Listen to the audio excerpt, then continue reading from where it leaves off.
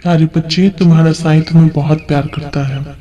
आज मैं तुम्हें जो बता रहा हूँ उसे ध्यान से सुनो। सभी कार्यों को ईश्वर का कार्य समझो और ईश्वर जो करता है वह सब बहुत अच्छा करता है हमारे जीवन के लिए। एक कथा है, उसे सुनो। एक बार एक वैज्ञानिक तेज धूप में बाहर जा रहा था। समीप ही एक छायादार बरगद का पेड़ देखकर कुछ देर के लिए पेड़ की ठंडी छांव में विश्राम करने के लिए रुका। और जब वह विश्राम कर रहा था प्यारे बच्चे, उसने विशाल वृक्ष पर छोटे छोटे फल देखे। उससे थोड़ी दूर पर उसने एक सब्जी के खेत में एक लता देखी जिस पर बड़े बड़े कद्दू उग रहे थे। उसके मन में यह विचार आया कि भगवान नहीं जानता है कि चीजों को ठीक ठाक कैसे बनाया जाए।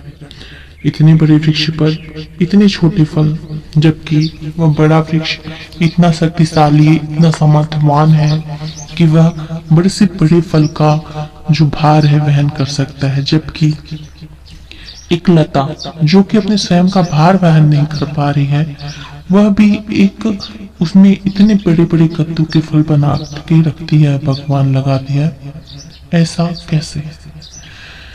यह सब मन में प्रश्न उठ ही रहे थे।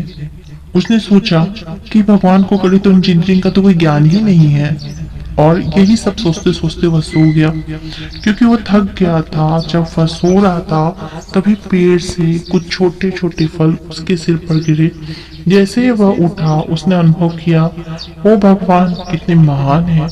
अगर इस पेड़ पर बड़े फल होते तो वे मेरे सिर पर गिर जाते तो आज मेरे सिर में कितनी तकलीफ होती।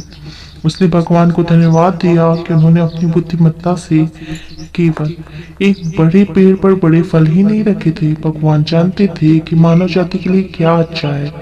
भगवान की रचना में कुछ भी गलत नहीं, और यदि आपको या हमको लगता है कि भगवान से यह गलती हो रही है या उनकी यह प्रकृति की रचना गलत है, तो गलती हमारी सोच में है, आपकी सोच में है। प्यारे बच्चे, एक बात का सदैव ध्यान रखना, तुम्हारे जीवन में जो भी चल रहा है, इस प्रकृति में तुम्हारे आसपास जो भी चल रहा है, तुमको लगता है कि वह गलत हो रहा है, तो कभी ऐसा नहीं सोचना, क्योंकि भगवान तुम्हारे लिए तुमसे ज्यादा चिंतित होते हैं। इसी प्रकार भगवान हर एक भक्त, हर एक प्रकृति का उतना ही ध्यान रखकर उसके जीवन के लिए क्रियाकलाप करते हैं, उनके जीवन के लिए प्रेरणा स्रोत बनते हैं। हमारे भगवान हमारे लिए कभी गलत नहीं कर सकते, इस बात का सदैव ध्यान रखना। प्यारे बच्चे, जहाँ हृदय की पवित्रता है वहाँ आध्यात्मिकता का ज्ञान।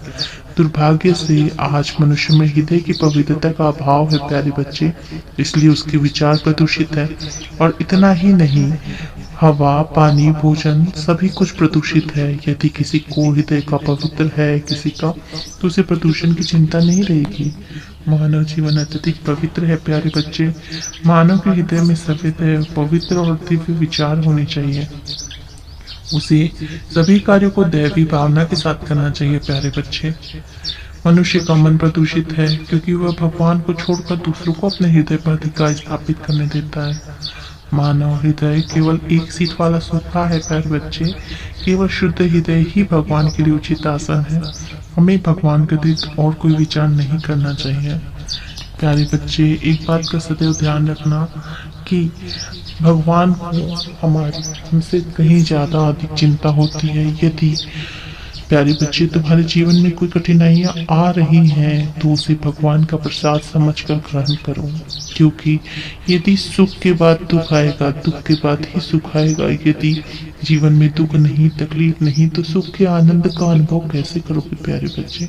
और यदि कोई तकलीफ आ रही है तो हो सकता है कोई इतनी बड़ी तकलीफ तुम्हारे जीवन में आ रही थी जिसको ईश्वर ने आने से रोक दिया, और उसकी जगह ये छोटी तकलीफ दे दी। क्योंकि ईश्वर के प्यारे बच्चे हैं हम सभी, और ईश्वर क्या अपने बच्चों का नुकसान होने देगा? जिस प्रकार एक छोटी सी लता और छोटे से और बड़े वृक्षों का भी भगवान ने जिसकी सरलता से इतना ध्यान रखा, तो वह हम प्यारे मनुष्य, जो कि उनकी एक बहुत अच्छी रचना है, उसमें कभी भी कोई बुराई नहीं डालेंगे। प्यारे बच्चे, जीवन है, जो हो रहा है होने दो। हर कार्य ईश्वर को समर्पित करके करो। हर कर्म कर्तव्य मान कर करो। अपने जीवन में हमेशा ऐसा बनो कि किसी दूसरे को कोई भी सफाई देने की आवश्यकता नहीं है। प्यारे बच्चे, तुम्हें लग रहा है, आत्मावलोकन करो। यदि तुम्हें स्वयं की नजर में ऐसा लगता है कि तुम सही हो, क्योंकि व्यक्ति स्वयं से कभी झूठ नहीं बोल सकता है प्यारे बच्चे। और एक बात का सदैव ध्यान रखो कि ईश्वर जो करते हैं अच्छा करते हैं। ईश्वर की रचना, ईश्वर की कार्य, ईश्वर के प्रति कभी संदेह मत करो। ईश्वर से प्रेम करो। ईश्वर और हम ब्रह्मांशी तो हैं। ठीक है प्यारे बच्चे, आज के लिए इतना। तुम्हारा बाबा बहुत जल्दी आएगा तुम्हारे पास। अपना ध्यान रखना।